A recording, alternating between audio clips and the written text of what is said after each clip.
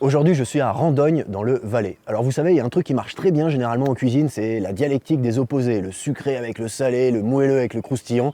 Eh bien aujourd'hui, je vous propose de faire dialoguer les pentes des Alpes valaisannes avec un représentant du plat pays. Je suis au restaurant Le Ravil, chez le chef Bert de Riquer, qui vient d'Anvers, en Belgique, le plat pays. Et je vous propose d'aller à sa rencontre. C'est Food Truc, c'est parti.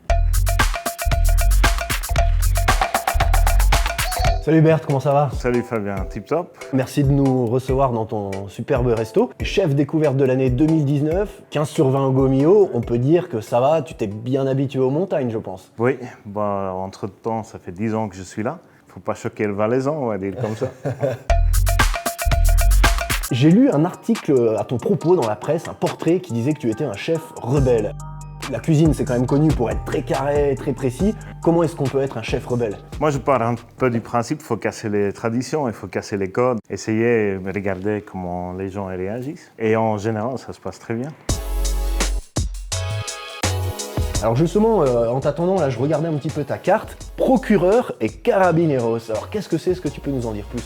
C'est un morceau qui est pas très noble, c'est le cou de porc. C'est une salaison pendant 48 heures et après on le cuit pendant 52 heures gentiment à 65 degrés. Après on le coupe, on le snack sur la plancha, légèrement caramélisé au chalumeau et puis on met un peu des teintes asiatiques avec. On va pas proposer aux gens de refaire ton plat signature, c'est peut-être un peu compliqué puis je suis pas sûr que tout le monde ait 48 heures pour faire la cuisson. Qu'est-ce que tu nous proposes? On va revisiter les moules frites, vu que je suis belge, assez logique je pense. Je pense que c'est une bonne idée.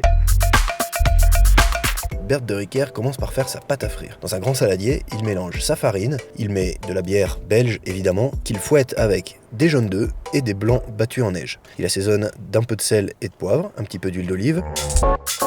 Pour les moules, il commence par faire revenir dans une grande poêle des oignons et des carottes. Enfin, il ajoute les moules, il les laisse cuire quelques minutes le temps que celles-ci s'ouvrent, et enfin, il sale. Pendant ce temps, il peut s'atteler à la préparation des frites. Bert conseille de les faire cuire quelques minutes dans l'eau avant de les faire frire. Puis il les fait frire quelques minutes à 180 degrés.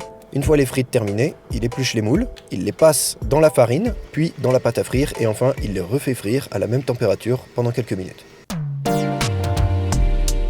On va pouvoir déguster les moules frites, Bert. Ouais. C'est un peu comme ça qu'on peut les appeler. Bien sûr. Je vous assure, si vous n'avez jamais testé sa technique qu'on vous donne dans la recette, vous n'avez jamais mangé de bonnes frites. Bien croquant, il y a la goutte de pomme de terre. C'est un peu salé, est-ce qu'on boit quelque chose avec ou non? Qu'est-ce que tu proposes? Une bonne carmélite. C'est ta bière préférée? Ouais, assez douce, ça passe très bien. Et c'est aussi, il faut préciser, la bière que tu as utilisée pour faire la pâte à frire. Oui, tout à fait, ouais. Donc on reste sur le... Dans la même ligne.